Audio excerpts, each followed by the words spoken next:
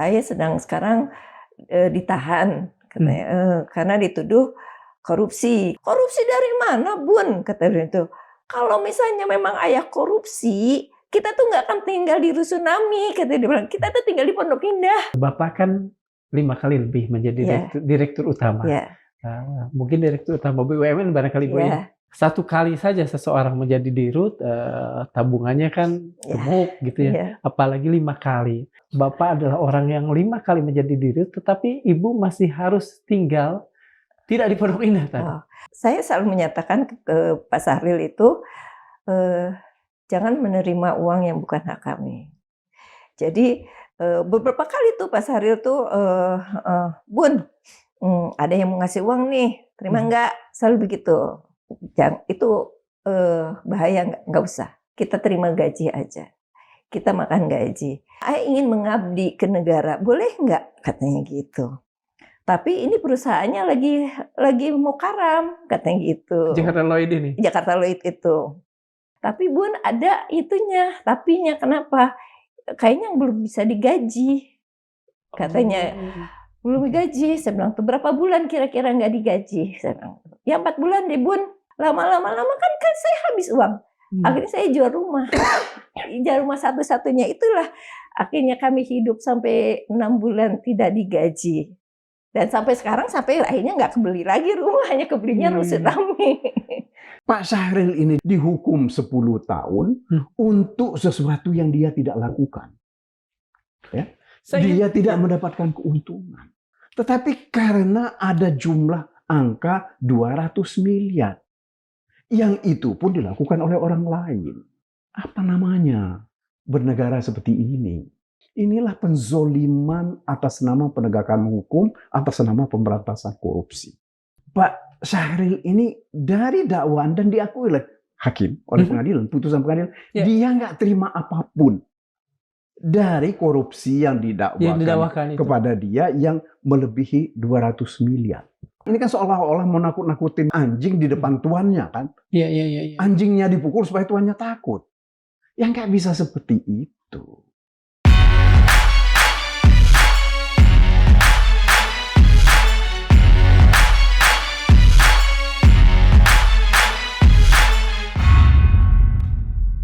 Bismillahirrahmanirrahim. Assalamualaikum warahmatullahi wabarakatuh. Sobat Madilog, hukum idealnya adalah alat untuk mencari keadilan. Tetapi dalam banyak hal, ia seringkali berubah menjadi sesuatu yang terlalu rapi, sesuatu yang dingin, dan sama sekali tanpa pertimbangan manusiawi. Kasus Sahril Djaparin berada pada titik itu. Ia adalah seorang eksekutif tertinggi yang sudah lewat dari masa kekuasaannya, katakan. Dia sudah berhenti, dia sudah tak punya lagi otoritas, tetapi ketika ada kerugian yang berada di luar, katakan saja, kuasa dan waktu kuasanya, kerugian itu dilimpahkan, dinisbahkan kepada dirinya. Sahril kena 8 tahun, kemudian banding, tetap menjadi 8 tahun, dan pada saat kasasi hukumannya bertambah menjadi 10 tahun. Sahril Djaparin bukan seorang yang biasa-biasa. Dia 5 kali menjabat sebagai direktur utama BUMN. Dan mungkin beberapa lagi yang lain yang luput dari riset saya barangkali. Dan banyak orang yang bersaksi di luar sana bahwa Sahril tetap seorang yang sederhana. Bahkan saat ini, saya tidak enak mengatakannya, keluarganya mungkin bisa dikatakan tunawisma, menghuni sebuah rusun yang sama sekali tidak layak untuk seorang yang pernah 5 kali menjabat sebagai direktur utama perusahaan-perusahaan negara.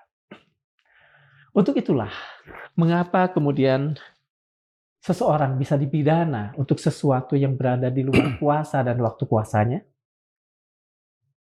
Madilog kali ini menghadirkan Bang Magdir Ismail, seseorang yang menyiapkan diri untuk pro bono, artinya tidak dibayar untuk perkara ini.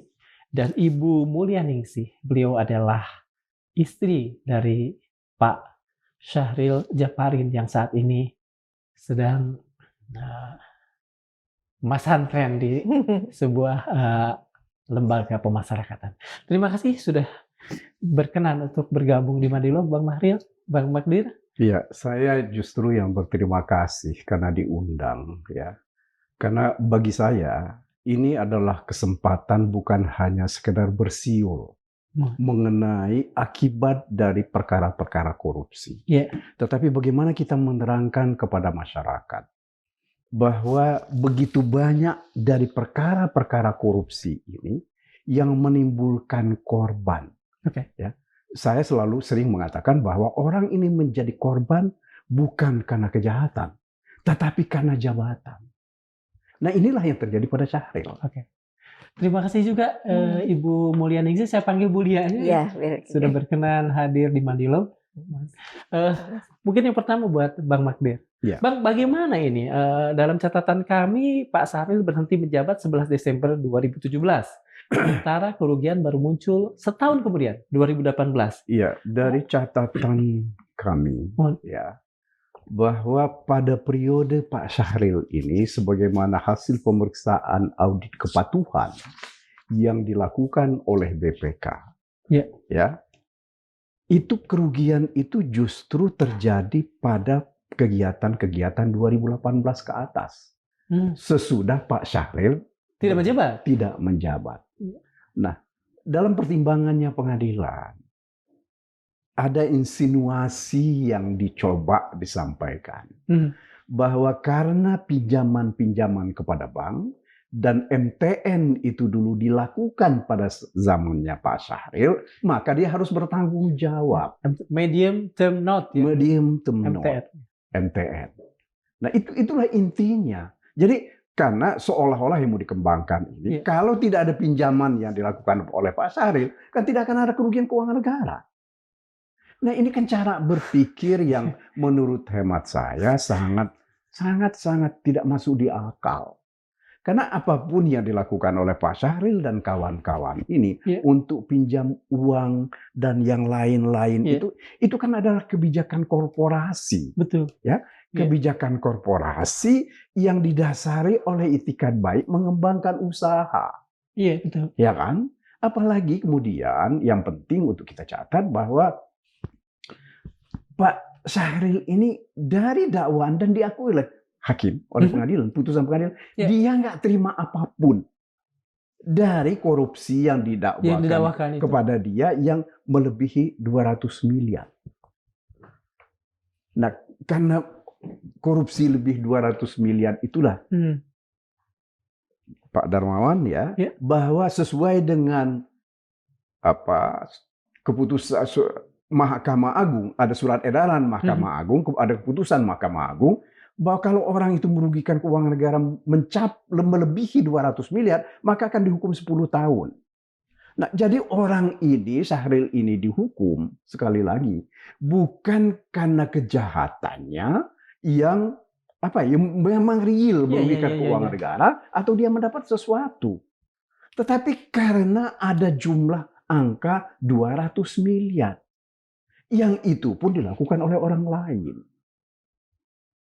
Makanya ini yang saya katakan bahwa hukum kita ini, terutama pemberantasan korupsi yang dilakukan selama ini dengan menggunakan pasal 2 ayat 1 dan pasal 3 Undang-Undang Tipikor, ini sudah menimbulkan korban-korban yang tidak selayaknya jadi korban. Ya, kami baru saja mengajukan kepada tahun lalu, mengajukan supaya Mahkamah Konstitusi membatalkan pasal ini, atau judicial review berarti kita judicial review atau atau memberi syarat. Akan tetapi Mahkamah Konstitusi mengatakan ini seharusnya diselesaikan oleh DPR. Tapi kan celakanya kan begini, DPR kita sudah menyatakan batal kedua pasal ini, tetapi kedua pasal ini ditarik ke KUHP kita yang baru. Yang baru Ya, berlaku 2 Januari kemarin. berlaku 2 Januari kemarin, yaitu pasal 603 dan 604. Jadi sebenarnya akan sama saja, kan tetap menimbulkan korban. Selama pasal ini ada, korban itu akan makin banyak berjatuhan. Tidak ada perubahan sedikit pun, klausulnya, mungkin kalimat atau dari 2 ayat 1. Perubahannya itu hanya pada ancaman hukuman. Oke. Kalau pasal 2 ayat 1 semula Undang-Undang Tipikor itu ancaman minimalnya 4 tahun, dan pasal 3 Undang-Undang Tipikor itu ancaman minimalnya 1 tahun. Nah, sekarang dengan masuk ke KUHP, dua-duanya sama, yaitu 2 tahun. Yeah. Ada satu, saya kira saya mesti cerita dulu sedikit sebelum kita bicara lebih jauh ya.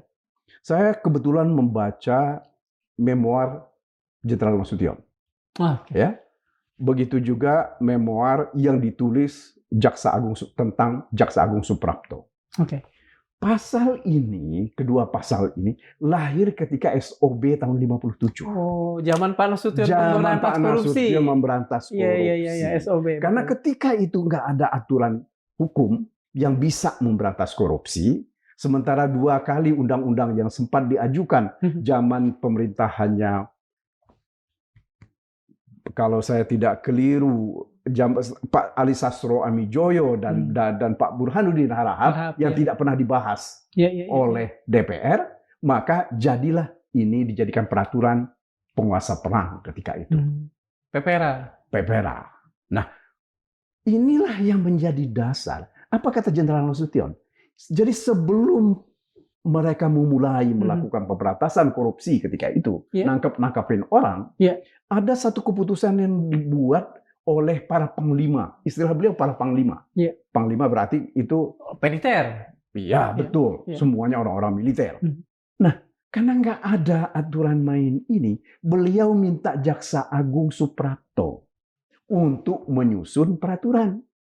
Yang dalam istilah beliau, aturan ini hasil kreasi akrobatif dari Pak Suprapto. Yang dimaksud beliau ini Pak Nasution? Pak Nasution. Ya, mengatakan begitu. Jadi bukan karena ada studi yang real memberantas korupsi ketika itu. Betul. Gitu loh. Ya. Nah, ini cerita tentang bagaimana lahirnya pasal ini. Kalau saya katakan beberapa orang kawan, pasal ini lahir karena tentara gregetan. Sebab pada saat itu kan banyak nasionalisasi perusahaan-perusahaan kan. Betul. Nah, ketika nasionalisasi itu kan begitu banyak orang mendadak jadi kaya. Nah, karena orang mendadak menjadi kaya ini mesti ada yang salah. Ini kan pikiran mereka seperti itu. Iya, betul. Ya. Tetapi ketika itu kan nggak pernah ada orang yang ditangkap atau ditahan dengan undang-undang itu atau dengan peraturan itu.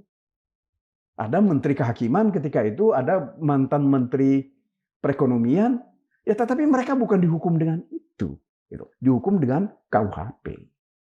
Nah, jadi ini yang harus kita lihat, mesti kita sadari bahwa undang-undang kita khususnya tentang pemberantasan korupsi ini itu harus dikaji ulang.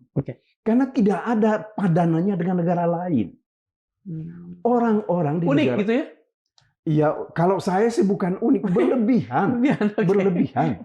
Kalau di negara lain, undang-undang korupsi yang disebut korupsi itu kan penyebabnya cuma ada beberapa hal, ya. Karena suap menyuap, penggelapan dalam jabatan, ya, dan seterusnya. Atau termasuk juga illicit enrichment, ya. Jadi bukan karena ada kerugian keuangan negara.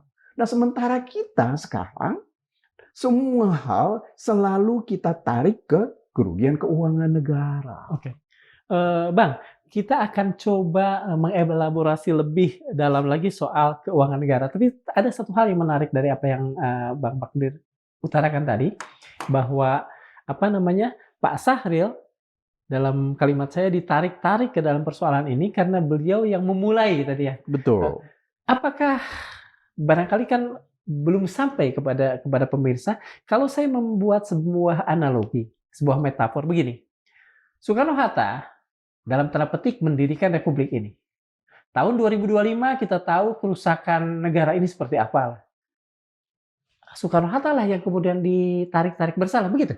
Ini ya, Ya, metaforanya analoginya, begitu. metaforanya bisa seperti itu. Ya, kan ini yang konyol. Makanya Ya. itu yang saya katakan tadi, ya, Oke. bahwa Syahril ini dihukum bukan karena kejahatannya dia, tetapi karena jabatannya.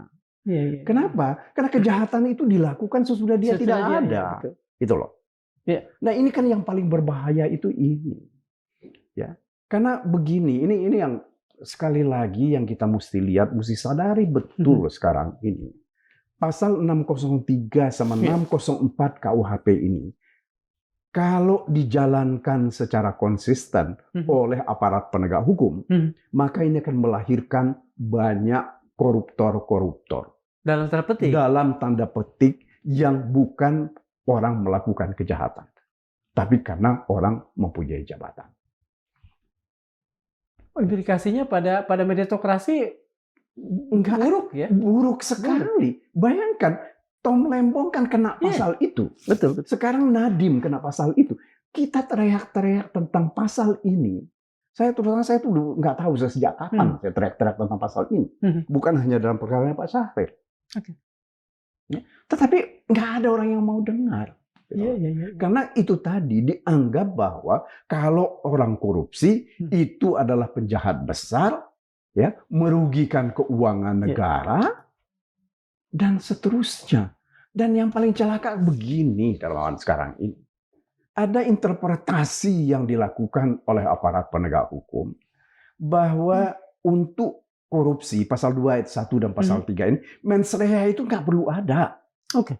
Jadi seolah-olah pokoknya kalau ada kerugian, maka orang akan kena pasal ini. Kan celaka, kan kita ini jadi celaka. Karena begini, saya sedikit sebentar berteori sedikit sebentar ya, bahwa mens rea ini timbul dari satu khotbah Santo Agustinus, khotbah nomor 80, ya, yang dia mengatakan bahwa kalau bahasa Indonesia kira-kira begini, satu-satunya hal yang membuat lidah bersalah adalah pikiran yang bersalah. Ya. Ini karena awalnya ini terkait dengan sumpah palsu. Jadi orang salah bersumpah palsu karena pikirannya yang salah. Nah, kemudian ini dikembangkan di Inggris dalam apa yang mereka sebut, terutama dideskripsikan dengan leges Henrysi. Nah, disitulah ini digunakan bagaimana mereka katakan bahwa tindakan itu tidak bersalah kecuali pikiran yang bersalah. Nah, jadi kalau kita kembalikan ke pasal ini, ya, 603, 604, jadi tidak bisa orang dihukum kalau dia tidak punya motif, tidak punya motif, tidak punya pikiran, tidak punya niat mau korupsi. Nah, makanya ketika kami uji kemarin di MK, kami minta supaya diberi syarat. Syaratnya itu salah satu diantaranya kalau ada penggelapan dalam jabatan, kalau ada suap menyuap. Misalnya orang melakukan pengadaan, misalnya pengadaan apapun, laptop gitu loh ya, di satu instansi. Nah, kalau dalam pikiran orang ini dia menunjuk vendor, ya, kemudian bersepakat dengan vendor tentang harga dan kemudian dia dapat sesuatu. Nah, itu mestinya baru masuk. Baru orang itu bisa kena. Tapi kalau tidak, harga sama dengan harga secara di pasar, harga nasional, bahkan harga internasional, tetapi karena dianggap tidak ada diskon, maka dianggap bahwa diskon itu diambil sama orang ini. Ini kan celaka kita kalau seperti itu. Dianggap juga tidak ada bukti juga. Tidak ada bukti. Nah, ini kan yang terjadi pada Pak Syahril ini kan begitu. Karena dia dianggap memberikan kesempatan kepada orang untuk mendapatkan keuntungan. Oke, Bang, nanti kita coba elaborasi lebih jauh persoalan itu. Ibu, Bu Lia, mohon maaf nih, bagaimana pada saat Bapak pertama kali diputus bersalah, kemudian setelah itu dipenjara, bagaimana Ibu menjelaskan kepada anak-anak sehingga kemudian mereka tidak kecil hati dengan posisi orang tua mereka? Kita mulai dari pas ketika ayahnya ditahan aja ya. Betul. Jadi ketika itu kebetulan anak-anak lagi nyebar kan, si Ya. kakak lagi sekolah, si adiknya juga di luar kota kan. Ketika itu saya telepon anak satu-satu kan, "Mut, ayah ada masalah," gitu. Eh, "Ayah sedang sekarang ditahan," katanya, "karena dituduh korupsi," kata Iya. gitu. Katanya, "Korupsi dari mana, Bun?" Kata dia itu. "Kalau misalnya memang ayah korupsi, kita tuh nggak akan tinggal di Rusunami," kata dia bilang. "Kita tuh tinggal di Pondok Indah," kata dia bilang gitu. Anak itu gitu. Nah, dengan mereka mengatakan itu, tenanglah hati saya ya bahwa anak-anak paham dengan sepak terjang ayahnya Ayahnya. gitu. Ya sedang dengan berjalannya persidangan ya dengan putusan itu ya bagaimana lagi kita kan nggak bisa Betul. ya mereka juga melihat ikhtiar kita kan. Iya. Tapi ya kita terima dan alhamdulillah sih keluarga mendukung semua. Udah mereka paham sepaham bagaimana kita nggak akan mungkin untuk memakan uang yang bukan hak kita gitu. Kalau anak-anak bagaimanapun kan mereka mengerti Iya, bapaknya. iya. Tapi tetangga, kemudian orang-orang dekat, apakah tiba-tiba kemudian yang dekat menjadi jauh, saudara juga tidak lagi Tapi enggak ya, mengontak? kebetulan saya kan karena tinggal di apartemen yang itu kan kita nggak punya tetangga ya, Oh iya. kebetulan nggak salah. Yang pasti seperti teman-teman saya kan, Iya. teman-teman saya itu nggak masalah, malah mereka mendukung banget. Mereka karena paham dengan mungkin style saya yang dari dulu tidak berlebihan ya, dan malah mereka, "Gimana sih istri di Ruth penampilannya kok kayak gini?" gitu kan. Iya. Sekarang suka saling meledek gitu kan, Iya. Pak ya. Terus teman-teman keluarga tuh alhamdulillah support, malah dengan kasus ini yang banyak teman-teman yang membantu, mendukung, yang tadi tidak kita berpikir nggak akan, yang tadinya kata Pak Sahril tidak dekat, malah jadi dekat, malah banyak Oh, bantu gitu loh. alhamdulillah. Alhamdulillah jadi Allah itu kasih jalannya tuh ya dengan yang seperti ini. Kalau saya katakan, kalau saya lakukan sendiri saya nggak sanggup. Saya nggak punya lagi, saya hanya ibu rumah tangga biasa yang tidak banyak kenal orang kan. Betul. Nah, alhamdulillah. Bapak kan 5 kali lebih menjadi Iya. direktur utama. Ya, Mungkin direktur utama BUMN barangkali Bu ya. ya, Di kepala publik kan sebagaimana mereka gampang melihat. Ya. Satu kali saja seseorang menjadi dirut, tabungannya kan Ya. gemuk gitu ya. ya. Apalagi 5 kali. Ya. Apakah Ibu tidak merasa bagaimana ya? Saya harus memformulasikan kata saya. Tidak merasa kesal, Bapak adalah orang yang 5 kali menjadi dirut, tetapi Ibu masih harus tinggal tidak di Pondok Indah tadi. Kalau itu ya memang saya selalu menyatakan ke Pak Sahril itu, jangan menerima uang yang bukan hak kami. Jadi beberapa kali tuh Pak Sahril tuh, "Bun, ada yang mau ngasih uang nih, terima nggak?" Selalu begitu. Itu bahaya, nggak usah. Kita terima gaji aja.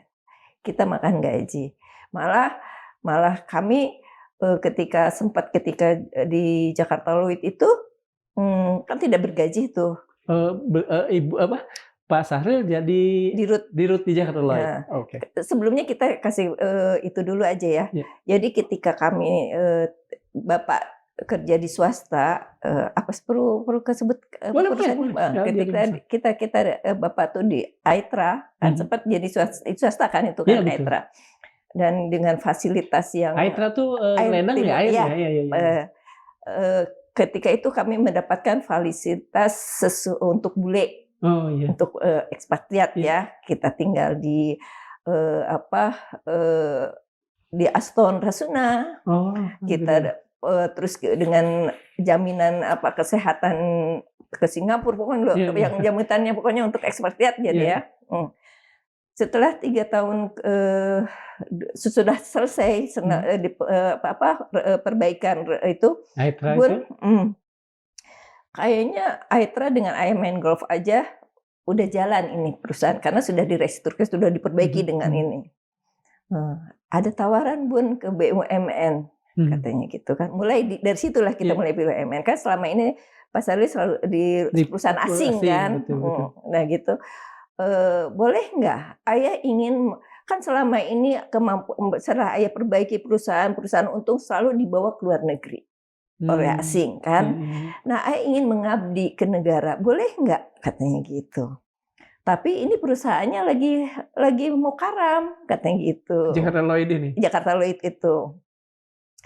Boleh nggak? Kan kalau kita dengar tuh udah nyaman, ngapain sih? Saya bilang kan udah duduk manis, udah gaji udah enak. Saya bilang kita tinggal di hotel kan, di Aston Hotel Rasuna kan hotel kan, kita tinggal di situ, dikasih rumahnya di situ, udah nyaman.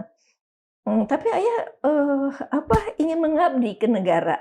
Begitu, itunya ingin mengabdi ke negara, ingin memberikan, mensumbangsi ilmu ayah. Jangan sampai ilmu ayah memperkaya perusahaan terus keuntungannya dibawa ke luar negeri kan. Nah gitu. Ya sudah, kalau kita kan hanya bisa mendukung aja kan ya. Oke, saya bilang gitu. Tapi Bun ada itunya, tapinya, kenapa? Kayaknya belum bisa digaji. Katanya belum digaji. Saya bilang tuh berapa bulan kira-kira nggak digaji? Saya bilang, ya 4 bulan deh Bun. Kan kebetulan saya waktu itu anak-anak masih di SD, SMP, SMA tuh kan. Kemudian sekolah di internasional, karena terbayang dong sekolah internasional berapa yang harus saya siapkan gitu loh. Betul. Nah sudah 4 bulan berlanjut, belum juga dapat gaji. Kadang juga ada Bun nih ada dapat bagian, mau Bunda ambil atau ayah mau kasihan ke OB, karena kasihan si OB nih 4 bulan juga nggak digaji juga. Dia malah lebih, karena kan sebelum Pak Sahril kan. Jadi saya katanya sampai mau diusir dari rumah kontrakannya, boleh nggak Bun kasih ke OB? Ya udah kasih aja, kebetulan karena kami masih punya uang kan waktu itu. Lama-lama kan saya habis uang. Akhirnya saya jual rumah. Jual rumah satu-satunya, itulah akhirnya kami hidup sampai 6 bulan tidak digaji. Dan sampai sekarang akhirnya nggak kebeli lagi rumah, hanya kebelinya Rusun Rami. Itu. Jadi memang mungkin ya ini sudah risiko kami bahwa kita punya idealis bahwa kami tidak mau terima uang. Ibu tidak menyesal menikah hidup dengan orang yang koper seperti Pak Sahril ini? Enggak juga sih kami. Ya alhamdulillah kami punya standar gitu bahwa kami tidak mau memakan uang yang bukan hak kami. Itu sih. Bang Magdir, kalau saya tidak salah, Menteri BUMN itu kan memberikan pembebasan tanggung jawab atas 2016-2017 ya, dalam kepemimpinan Bang Syahril Japaril ini. Mengapa secara hukum ini tidak mendapatkan pertimbangan yang cukup lah? Saya kira ini seperti ini kan bukan hanya terjadi pada Pak Syahril.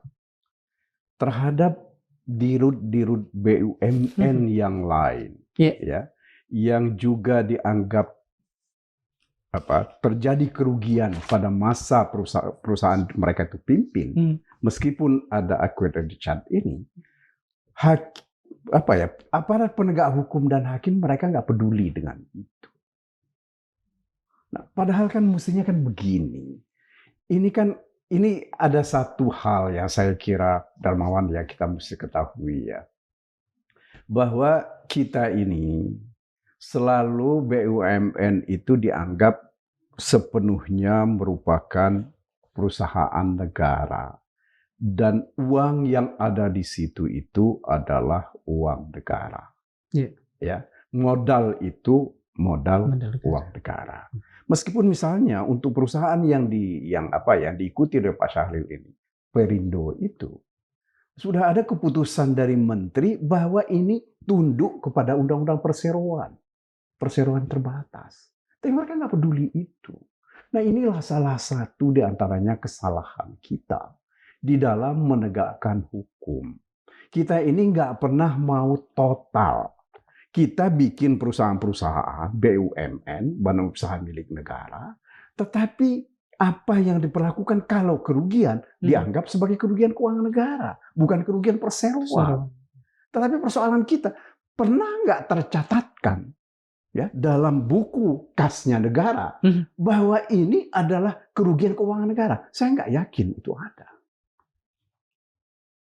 Di sisi hukum itu Di dianggap sisi sebagai hukum dianggap sebagai kerugian negara. keuangan negara, tetapi secara administrasi hukum negara, ya, saya nggak yakin itu dicatatkan. Nah ini kita ini ya saya nggak tahu ya apa yang kita sebut, apakah ini sebut anomali ya atau apa. Seharusnya semestinya aparat penegak hukum, terutama kalau saya sih berpikir ya, misalnya pimpinan negara ini harus tegas mengatakan bahwa ketika kita membuat perusahaan negara, maka yang berlaku di situ itu adalah undang-undang perseroan. Ya, keputusan-keputusan manajemen itu harus kita anggap sebagai business judgment rule. Ya, keputusan bisnis. Betul. Kalau ini keputusan bisnis, saya ingat dulu satu ketika saya nggak perlu nyebut orang. Ya. Ada satu perkara. Saya tanya kepada kawan ini, bagi Anda perkara ini perkara ideologi atau ini dagang? Dia balik tanya kepada saya, kenapa Bang kalau ideologi? Buat saya bilang kalau ideologi itu ujungnya ada mati pun kita harus bertahan dengan itu. Ya. Tetapi kalau dagang, hari ini kita untung, besok kita rugi, lusa untung lagi, hari berikutnya rugi lagi. Itu hal yang biasa. Nah ini kesalahan kita. Saya kira kalau saya sih betul-betul berharap bahwa ada kebijakan dari pemerintah ya mengenai soal kerugian keuangan negara ini. Tidak bisa terus-menerus dipertahankan seperti ini. Kalau itu kerugian perseroan, ya kerugian perseroan. Karena begini, Pak Darmawan ya, undang-undang perseroan itu pun kalau direksi dan komisaris secara sengaja melakukan kesalahan, mereka punya tanggung jawab pribadi. Ya. Nah, sementara kalau dengan yang terjadi sekarang, tanggung jawab pribadi orang itu hanya tanggung jawab pidana. Tetapi bukan tanggung jawab perdata. Ya. Karena inilah kalau saya di beberapa kesempatan saya katakan, inilah kesalahan undang-undang tipikor kita. Karena sampai pada undang-undang nomor 24, kalau saya nggak keliru, tahun 60, undang-undang korupsi kita tahun 60, itu masih dibedakan mana korupsi yang bisa dituntut secara pidana dan mana yang dianggap korupsi yang dituntut secara perdata.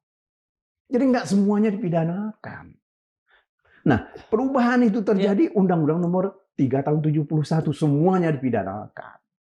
Apa kira-kira untungnya lah, gampangnya, sehingga kemudian ada kecenderungan untuk senang mempidanakan orang. Kalau saya sih ini kalau yang kita dengar ini ya, coba Pak Darmawan perhatikan. Apakah efek jerak yang diinginkan? Itu yang selalu dikatakan sebagai efek jerak. Padahal nggak bisa begitu. Ya, kalau nakut-nakutin orang, ini kan seolah-olah mau nakut-nakutin anjing di depan tuannya kan? Iya. Anjingnya dipukul supaya tuannya takut. Ya nggak bisa seperti itu. Ya. Kan harus betul-betul orang itu melakukan kesalahan, baru bisa dipidana. Itu satu. Kemudian yang kedua, dalam hal korupsi, kita ini tidak pernah lihat ya. Itu menurut hukum administrasi. Banyak sekali loh ya. Apa yang kemudian disebut sebagai korupsi ini karena berawal dari kesalahan administrasi. Ya. Kan ini kan mestinya yang didahulukan. Kita ini lebih cenderung mempidanakan orang. Saya dulu pernah mencoba agak sedikit belajar gitu loh ya. Bagaimana penyelesaian perkara-perkara di Belanda, saya mau sambil salah satu contoh ya. Mereka itu menyelesaikan perkara itu ada Financial Penalties Act namanya. Ya. Perkara apapun sepanjang orang itu mau bayar kepada negara, orang itu tidak perlu diadili, tidak perlu dihukum. Dia bisa datang ke jaksa, Pak Jaksa tolong saya bawa ke hakim, Saya mau minta perkara saya ini, saya tidak perlu diadili. Boleh saya dihukum denda oleh hakim. Nah, meskipun memang dalam KUHP kita yang baru ini Ada itu ya. ada restoratif justice. Tetapi apakah terhadap korupsi ada restoratif? Tidak ada. Sementara orang yang dianggap melakukannya, saya mengambil apa yang Abang katakan, dianggap penjahat besar di publik ya. Justru karena itu. Coba bayangkan, Pak Syahril ini dianggap merugikan keuangan negara 200 miliar lebih, dihukum 10 tahun untuk sesuatu yang dia tidak lakukan. Ya. Dia tidak mendapatkan keuntungan. Apa namanya bernegara seperti ini? Itu terbukti di pengadilan bahwa beliau tidak mendapatkan keuntungan kasarnya sesen pun dari itu. Betul, diakui oleh putusan pengadilan. Makanya seperti saya katakan tadi, insinuasi yang disampaikan dalam putusan itu dia harus bertanggung jawab karena sebagai dirut dia harus bertanggung jawab terhadap seluruh kegiatan. Tapi terhadap kegiatan orang bagaimana? Iya. Ya? Nah ini kalau saya mengatakannya bahwa inilah penzoliman atas nama penegakan hukum, atas nama pemberantasan korupsi. Tadi kan Bang Magdir mengatakan bahwa hakim itu sama sekali tidak mempedulikan hampir semua kasus yang menyangkut tadi ada pembebasan apa namanya? Acquit the charge atau apa? Iya. Kalau itu yang terjadi, apakah sebetulnya ada cacat keadilan dalam hukum kita? Saya kira iya, banyak sekali putusan-putusan yang cacat. Kita minta misalnya putusan cacat itu kan begini. Di dalam hukum acara kita ada namanya PK. PK itu salah satu alasannya kalau terjadi kehilapan hakim. Tetapi kalau hanya kehilapan hakim saja yang kita katakan, hampir nggak pernah mau diterima. Harus ada novum, kata mereka. Ada bukti baru. Ada novum pun belum tentu juga mereka terima. Saya kira ini yang salah di dalam caranya hakim melihat perkara. Seolah-olah ya, saya nggak tahu benar. Jangan-jangan saya salah. Ketika mereka menyalahkan hakim yang lain, berarti dia mengadili temannya. Kopis seperti ini yang nggak boleh. Ya. Karena bagaimanapun juga putusan ini memang menyangkut orang ini di sini. Tetapi kan ini berentet entah kemana-mana. Dan akibatnya apa? Ya.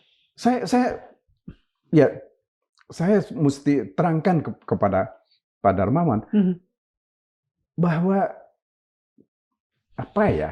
membela perkara-perkara korupsi seperti ini bagi kami kadang-kadang itu juga sakit padahal.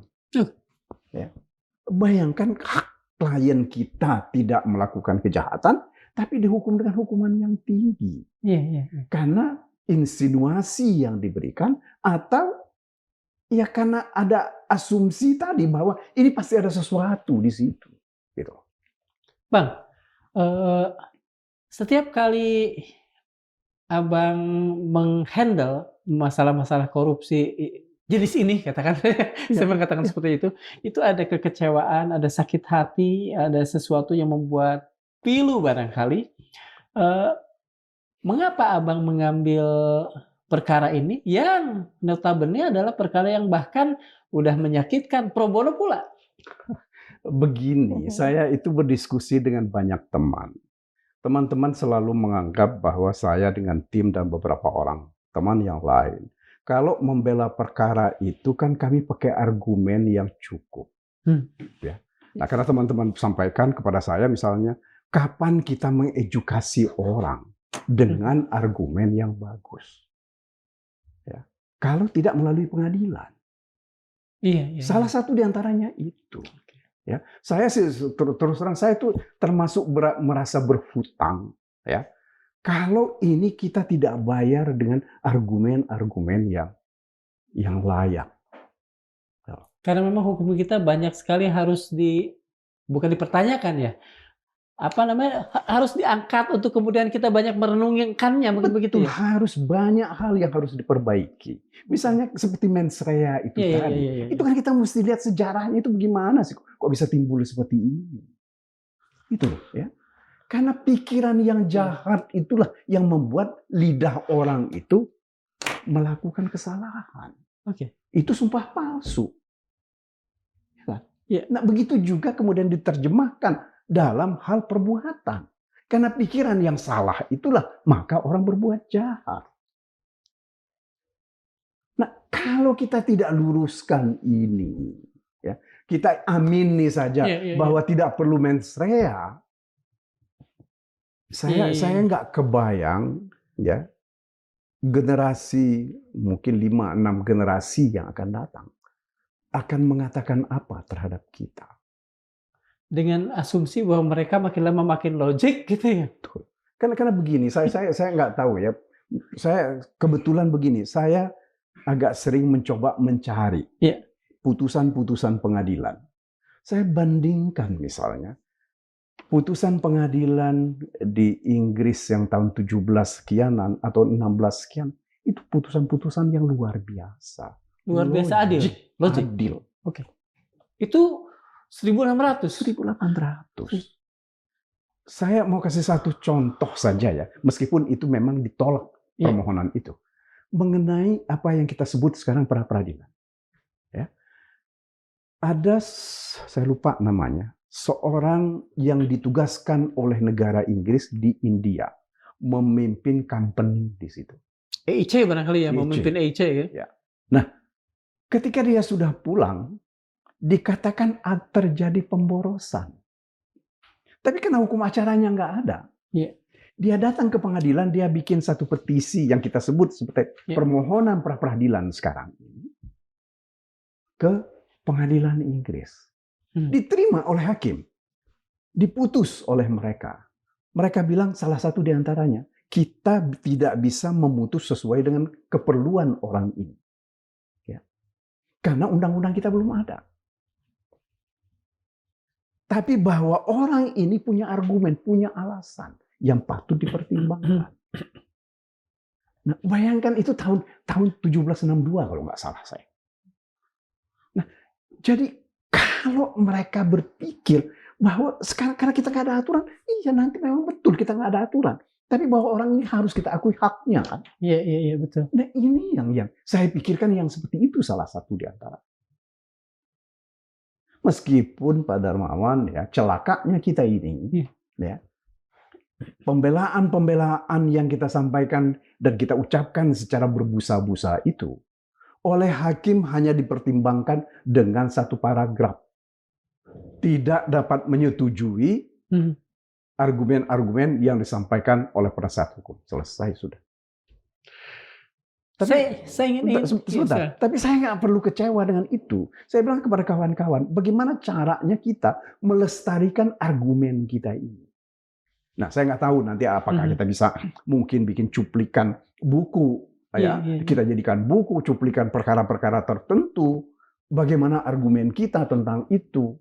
Karena sekali lagi, opera kriminalisasi itu terjadi luar biasa sekarang. Apa saja kita pidanakan. Apa sih sebetulnya tujuan, target, atau bahkan sebetulnya keuntungan buat negara dengan melakukan, meskipun saya masih tetap menggunakan tanda petik, kriminalisasi ini, over kriminalisasi bahkan? Saya nggak tahu ya, apakah memang negara memerlukan itu?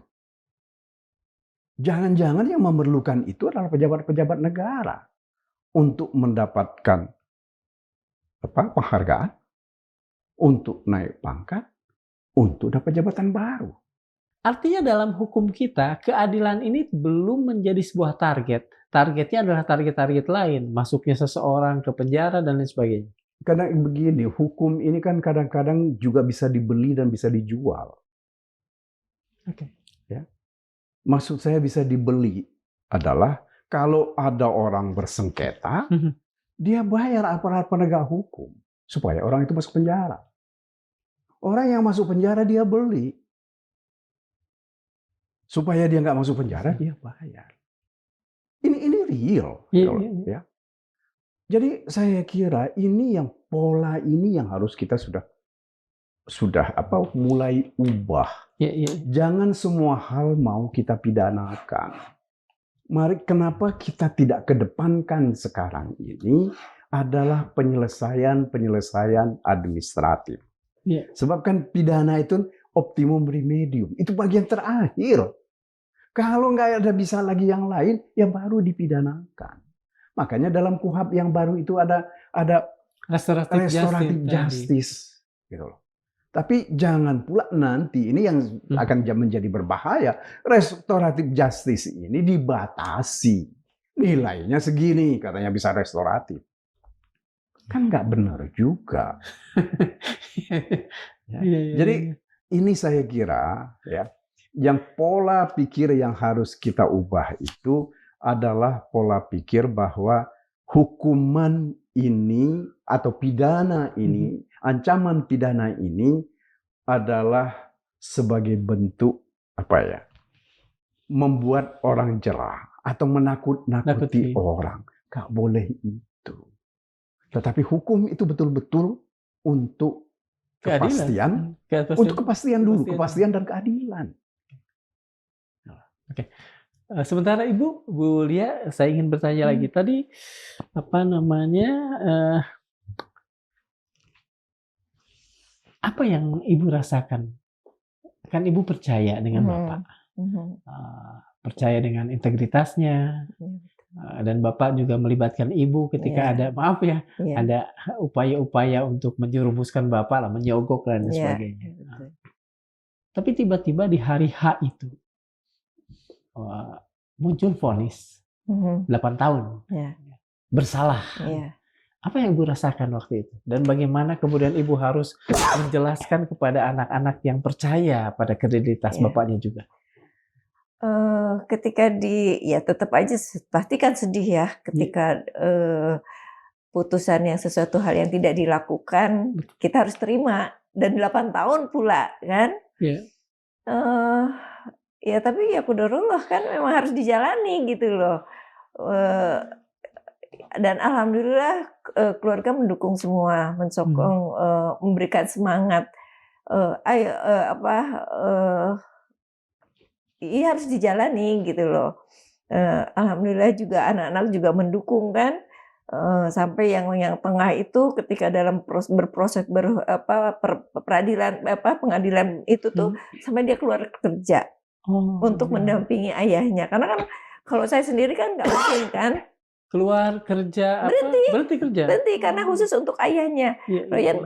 Royan mau bantu Royan mau berhenti, mau dampingi ayahnya untuk dia ngurusin segala sesuatu. Jadi dia 2 tahun dia berhenti menganggur. Pada waktu itu Bapak ditahan kan? Iya, ditahan. Royan melakukannya di rumah, pulang pergi tiap hari. Iya, dia di rumah yang ngurusin apa keperluan ayahnya, dokumen apa semua tuh Royan yang mondar-mandir, yang ngurusin semua sampai karena itu ya dia berhenti bekerja. Saya bilang saya tadinya kamu nggak usah berhenti, saya bilang, biarin aja Bunda. Enggak lah Bun, nggak apa-apa, Royan masih punya tabungan. Saya bilang Royan mau pakai makan uang apa? Saya bilang untuk hidup Royan. Royan masih punya tabungan, nggak apa-apa Bun. Jadi dia korbankan pekerjaan, jadi dia tidak egois dengan diri sendiri, dia tidak memikirkan diri sendiri, tapi dia memikirkan bagaimana ayahnya tidak berpikir bahwa ayahnya harus memikirkan keluarga juga kan. Jadi biar ayahnya fokus dengan yang sedang dihadapi ini. Alhamdulillah dengan anak-anak yang paham, yang mau mengerti kami dengan kesusahan kami. Ya saya pun akhirnya menjalani pun dengan tenang aja gitu. Ya udah kita jalani, kita harus sidang ya sidang, harus ya walaupun bagaimana dengan keterbatasan saya harus dengan dokumennya juga yang terbatas juga waktu itu kan, karena Pak Saril kebetulan waktu itu tuh tidak pegang dokumen sama sekali waktu ketika sedang disidik, itu tuh nggak punya dokumen. Jadi ketika disidik pun ya mungkin antara mengingat 5 tahun yang sebelumnya kan itu itu kan 5 tahun sesudah itu kan, bayangkan 5 tahun harus diingat kembali dengan memori yang sudah penuh, terus ditanya, ya mungkin jawaban yang seingatnya gitu loh. Nah itu kan. Dan juga kami juga waktu itu juga memang kita cari dokumen-dokumen. Jadi ketika persidangan itu baru kita cari dokumen-dokumen. Jadi eee, ya alhamdulillah sih ya ada sebagian banyak sih dapat dokumen gitu, walaupun itu ya dengan dapat yang istilahnya tidak resmi lah ya, kita dapat pun itu pun. Ya Itu waktu itu ketika Ibu mencari, berusaha menguatkan posisi Bapak dengan Iya. mencari dokumen, Iya. Pihak, Perindo lah ya Iya. katakan, Iya. yang punya dokumen itu cukup banyak, menolong? Ya alhamdulillah di beberapa, tapi kan istilah itu kan jadi personal aja kita minta dokumennya gitu Iya, kan, iya. personal. Alhamdulillah yang mungkin teman-teman yang orang Perindo yang paham Bapak, yang dekat Bapak, yang support Bapak, mereka bantu dokumen-dokumen itu. Ya itu kami dapat dari situ Ada aja. secara resmi, Perindo membantu lah? Kalau secara itunya harusnya kan Bapak kan mantan Perindo Iya, ya, betul. harusnya Perindo kan Ada gitu bantuan yang nggak resmi? ada. Kalau waktu itu kan Bapak kan meminta, bantuan hukum. Enggak juga. enggak, Mas. Ya akhirnya ya saya alhamdulillah dapat beliau. Kalau enggak kamu dari mana, Pak? Untuk istilahnya, saya sampai bingung kan waktu itu. Aduh dari mana saya harus bayar pengacara gitu ya. Alhamdulillah dengan, teman-teman, ya dengan support-nya teman-teman semua itu alhamdulillah, udah nanti kita bantu cariin lawyer. Banyak itu yang bahasa saya bantu kita cari lawyer. Akhirnya kami, dipertemukanlah dengan beliau, dengan Pak Magdir yang berkenan untuk pro bono yang kami nggak ada uang untuk itu gitu loh. Karena memang kami tidak korupsi, kami tidak siap-siap kan, orang korupsi itu kan untuk siap-siap untuk punya tabungan itu kan. Ya sedangkan kami adalah memangnya hanya cukup untuk hidup gitu loh, untuk ya sekedar tabungan, ya tahu sendiri sisa dari gaji gitu kan, yang memang kami tidak pernah mau menerima uang yang begitu. Sejauh yang tadi coba saya dengarkan dari Ibu kan kelihatannya putra-putri juga tough, Ibu sendiri tough, Pak Sahril apalagi yang saya dengar beliau juga mengajar Al-Quran di sana. Iya betul. Tapi bagaimanapun tentulah ada momen-momen yang berat. Apa itu Bu, yang Ibu rasa paling berat dirasakan selama proses itu dan hingga hari ini? Yang apa ya, yang berat ya memang kekecewaan yang merasa, kok begini ya katanya, kita sudah berlaku baik, sudah berusaha untuk, mengabdi ke negara gitu loh kan. Kan dengan itu Pak Sahril itu kan, ayah ingin mengabdi ke negara, ingin berbagi ilmu ke negara. Ayah punya kemampuan dan sudah tervalidasi dengan beberapa perusahaan yang akhirnya bagus. Kan berarti ayah punya kemampuan, jangan sampai orang asing gitu yang menikmati gitu loh. Ayah ingin ke negara, boleh kan? Ya udah kita aja, tapi hasilnya begini gitu loh, kok begini gitu loh. Pernahkah ada kalau dari sisi Bapak tercetus, kalau dari sisi Ibu tersirat, semacam kekecewaan, kemudian menyesal mengapa Bapak harus mengabdi pada negara, sementara kalau tidak mengabdi barangkali kalau misalnya tetap di sektor privat gitu, itu ya tidak akan seperti begini gitu. Iya betul. Pernah tersirat. Iya kadang kalau lagi sebel gitu kan ya kalau itu, tahu gitu saya bilang kan kalau peduli setan negara ini. Ini tuh kenapa sih? Saya bilang kita mau berbaik-baik untuk apa? Ingin negara itu maju, ingin menciptakan suasana yang tidak koruptor gitu ya, dengan perusahaan yang bersih kan kita pas itu inginnya perusahaan itu bersih kan, dan semua yang dulu ketika pas saya baru duduk situ tuh banyak orang yang nggak suka karena apa? Periuk mereka kan terpotong kan. Yang biasa mereka korupsi sama Pak Sahril kan dibersihkan, ya kan? Dari dalam pun banyak lah kelas-kelasnya itu selalu ada, yang kami rasakan tuh ada. Tapi ya karena Pak Sahrilnya easy going, ya udah jalan-jalan aja karena dia punya pendirian bahwa ini salah gitu loh. Adakah sempat tersirat bahwa hal-hal semacam itu, orang-orang yang periuk nasinya disenggol, gitu. Kemudian strikes back lah katakan, dia menyerang Bapak dari kanan, dari kiri dengan cara-cara yang ya mungkin diam-diam dan lain sebagainya? Banyak, malah ketika dulu inget tuh di waktu di Pontianak tuh sampai tiap pagi itu tuh taburin garam Di di depan pintu ruangan kerja. sama Bapak? Enggak, bukan, sama orang. Oh, Dengan mistik ya, atau kasih OB apa si Pak kan sopir kan yang selalu bersihin ruangan Bapak itu kan sopir ya. iya, iya. Jadi di bawah karpetnya tuh suka ada biji-bijian. Mistik lah gitu lah. Oh, Tapi kan iya. kita karena kami nggak percaya ya, Iya, iya, iya. tenang aja gitu loh. Ya biarin aja gitu. Silakan aja. Nggak sekalian tuh nggak kurang tuh garam ditaburin. Iya.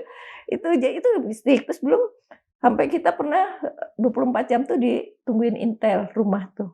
Itu pada saat persoalan ini? Enggak, bukan. Oh, Ini waktu masuk perusahaan lain. Iya. Kalau perusahaan ini masalah ini kita nggak ada. Karena kan kan sudah lama dari Perindo ketika sudah selesai itu dengan masa diperkarakan tuh hampir 5 tahun. Kan jedanya jauh banget. Udah nggak dipikirin Ya udah sebetulnya. nggak dipikir karena lebih sibuk dengan yang di Bapak terakhir kan jadi deputi kan, deputi BP Batam. Oh. Nah, jadi kalau misalnya masalah hal-hal begini ya kami sih merasakan bahwa ini ada suatu risiko bahwa kita punya kita punya keputusan bahwa kita jalan di jalannya aja. Jadi kita nggak lirik kanan, nggak lirik kiri gitu loh. Jadi yang namanya rezeki, saya bilang kalau rezeki itu nggak akan salah gitu loh. Gitu kan. Bang Mandir, saya ke Abang lagi Bang. Bagaimana sebetulnya kita bisa menjelaskan pada publik, pada rasa keadilan publik, ketika sesuatu diputuskan, sementara dalam proses persidangan, bahkan mungkin ada semacam pengakuan dari aparat hukum, tidak ada mensreha dalam persoalan itu. Iya, ini saya kira begini. Mungkin ya saya nggak tahu ya kampanye seperti apa yang kita harus lakukan secara terus-menerus. Kita tidak boleh bosan untuk berkampanye bahwa pemberantasan korupsi yang dilakukan secara salah ini akan berakibat buruk terhadap anak bangsa ini ke depan.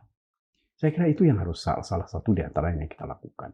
Kemudian yang kedua, kita harus kampanyekan betul ya bahwa undang-undang atau peraturan-peraturan yang tidak begitu jelas, yang peraturan-peraturan yang memungkinkan timbulnya ketidakpastian hukum, itu harus diganti.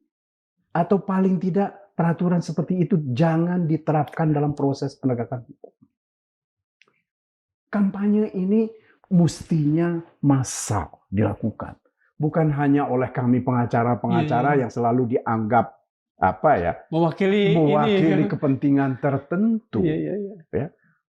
Tetapi oleh masyarakat. Semakin banyak saya kira orang kampanye bahwa pemberantasan korupsi dengan titik fokus adanya kerugian keuangan negara itu harus sudah ditinggalkan. Tetapi karena titik fokus kita adalah pemberantasan korupsi itu harus dilakukan karena ada kejahatan di situ. Ada suap menyuap. Ada penggelapan dalam jabatan. Jadi bukan karena kerugian. Nah, pola ini yang harus kita coba ubah. Saya berharap betul ya dengan adanya putusannya Tom Lembong yang dianggap oleh orang tidak bersalah, ya, kemudian diberikan semacam reward oleh presiden. Begitu juga terhadap Ibu Ira kemarin juga seperti itu, gitu. Nah ini saya kira itu tidak cukup kalau undang-undangnya tetap seperti ini. Undang-undang ini yang harus diperbaiki. Ya. Kita harus uji ini, kita harus minta Mahkamah Konstitusi nanti memberi syarat bahwa orang akan kena korupsi seperti ini, pasal korupsi ini, kalau memang itu misalnya ada suap menyuap, ya, ada illicit enrichment, kemudian ada penggelapan dalam jabatan. Nah kan ini semua kan yang berlaku secara internasional. Ada cerita yang ya buat saya sih cerita nggak enak gitu ya. Pak Chandra Hamzah dan Pak Amin Sunaryadi cerita kepada KPK kami, dulu mantan KPK. Mereka itu hampir tidak pernah bisa meminta bantuan negara-negara lain. Dan memang nggak pernah bisa. Kalau pasal yang didakwakan disangkakan pada orang itu adalah pasal 2 ayat 1 sama pasal 3 seperti ini. Karena nggak ada padanannya dengan mereka. Kalau korupsi menurut mereka harus ada suapnya. Suapnya mana? Meminta bantuan apa maksudnya? Misalnya katakanlah ada orang yang terlibat itu berada di luar negeri. Atau mereka minta ada dokumen-dokumen yang dianggap misalnya dokumen itu ada di bank di mana, di Singapura atau di Thailand atau di mana. Mereka nggak akan bantu karena mereka bilang padanannya nggak ada di negeri kami. Jadi, bukan karena nggak mau bantu, bukan nggak mau bantu. Justru mereka akan jadi masalah hukum untuk mereka kalau itu dipersoalkan.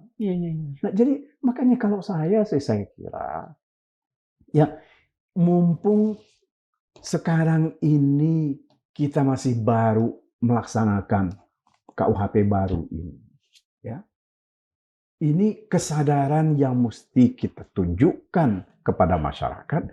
Mari kita ubah undang-undang yang dirasakan nanti menciptakan ketidakadilan melalui putusan Mahkamah Konstitusi atau diamandemen undang-undang ini oleh DPR dan pemerintah. Boleh saya tanya, undang-undang atau tepatnya pasal yang tadi Abang sebutkan 603, 604 itu sebetulnya tidak common sense. Nggak ada padanannya dengan negara lain. Karena mereka fokusnya adalah pada kerugian keuangan negara, menguntungkan diri sendiri atau orang lain. Rahman, sebentar. Orang gila macam apa yang mau dihukum karena menguntungkan orang lain? Nggak ada. Orang gilanya juga nggak mau dihukum. Apalagi orang yang masih. Apalagi orang yang berpikir cerdas. Mana mungkin orang seperti Pak Syahril ini yang sudah begitu mengabdi lama, ya, melakukan banyak hal, kok tiba-tiba mau mengorbankan dirinya menguntungkan orang lain dan sekarang dihukum 10 tahun karena ada peraturan Mahkamah Agung nomor 1 tahun 2020. Ini kan gila. Apakah hal semacam ini, katakan saja, sempat ditertawakan di dunia hukum internasional? Maaf. Kalau dari teman-teman yang di luar kita itu ditertawakan. Saya ingat betul dulu waktu saya ikut bersama Bang Mulya dan teman-teman yang lain, meskipun yang banyak di depan itu adalah saya, ketika kami membela perkara Chevron. Orang-orang Chevron itu didakwa dengan pasal 2 ayat 1 sama pasal 3 ini. Yang kemudian ada di 603, 604. Iya, 603, 604 ini. Kenapa? Karena mereka mengelola pembersihan tanah, apa yang mereka sebut dengan bioremediasi.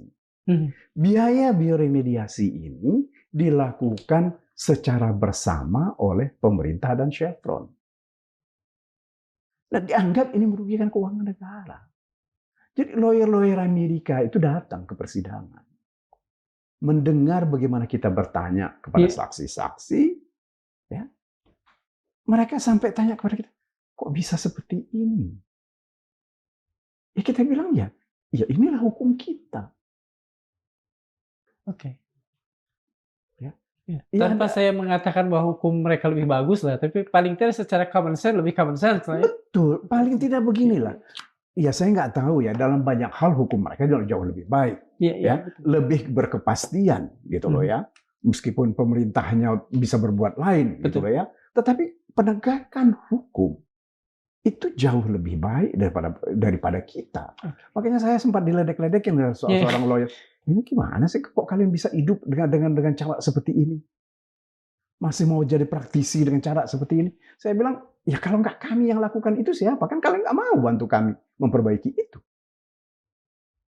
Dan mereka tidak bertanggung jawab, kita yang bertanggung Iya, jawab. kita yang harus bertanggung jawab kan. Perjuangan untuk kemudian katakan saja mengamandemen paling tidak pasal-pasal ini itu tetap berlanjut. Tetapi apakah Abang sebagai penasehat hukum menganggap layak kalau misalnya Presiden seperti juga kepada Tom Lembong dan kepada Bu Ira itu memberikan apa nih, amnesti, abolisi atau rehabilitasi atau apapun namanya?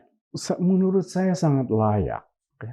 Karena beliau tidak melakukan kejahatan. Oke. Beliau tidak melakukan kesalahan. Beliau tidak mendapat keuntungan. Yang dia lakukan itu adalah bagaimana mengembangkan Perindo ketika itu.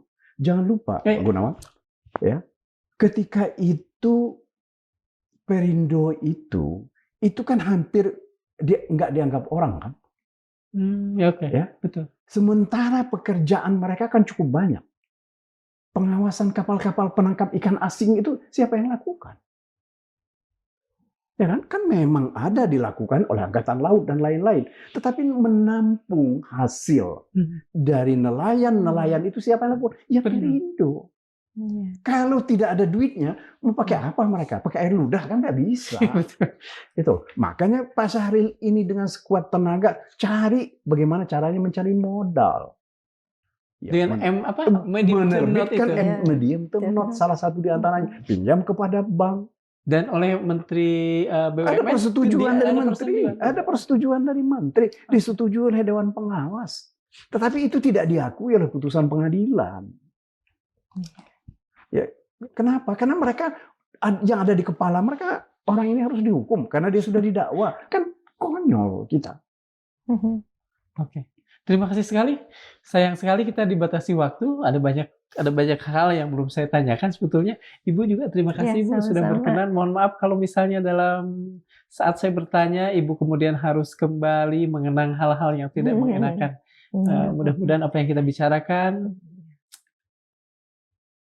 bisa menjadi rabuk lah buat sesuatu yang sempat tidak enak saat itu. Sobat Madilog, filsuf Prancis Montesquieu pernah mengingatkan dalam The Spirit of the Law, tak ada tirani yang lebih berbahaya daripada tirani yang dilakukan atas nama hukum dan keadilan. Kalimat ini tidak ditujukan pada satu rezim, melainkan pada setiap zaman yang lupa membedakan hukum dari keadilan. Dalam Islam, Imam Ali bin Abi Thalib karamallahu wajhah pernah mengingatkan dengan kalimat yang sederhana tapi menghantam nurani kita semua. Keadilan adalah meletakkan sesuatu pada tempatnya. Al-adlu wada'u asyifai fi mahallihi. Jika tanggung jawab diletakkan pada orang yang sudah tak berwenang, jika kesalahan jabatan disamakan dengan kejahatan pribadi, jika niat jahat ditiadakan demi memenuhi unsur pasal, maka yang bergeser bukan hanya putusan, melainkan kompas moral hukum itu sendiri. Madilog percaya negara hukum tidak diukur dari banyaknya vonis, melainkan dari keberanian mengoreksi diri sendiri. Karena keadilan sejati bukan soal siapa yang dihukum, tetapi apakah nurani masih diberi tempat dalam prosesnya. Di titik itulah, publik, kita semua berhak untuk bertanya. Dan hukum, bila ia masih bermartabat, wajib menjawabnya tuntas. Terima kasih. Assalamualaikum warahmatullahi wabarakatuh. Terima kasih. Terima kasih. Ibu, Sama-sama.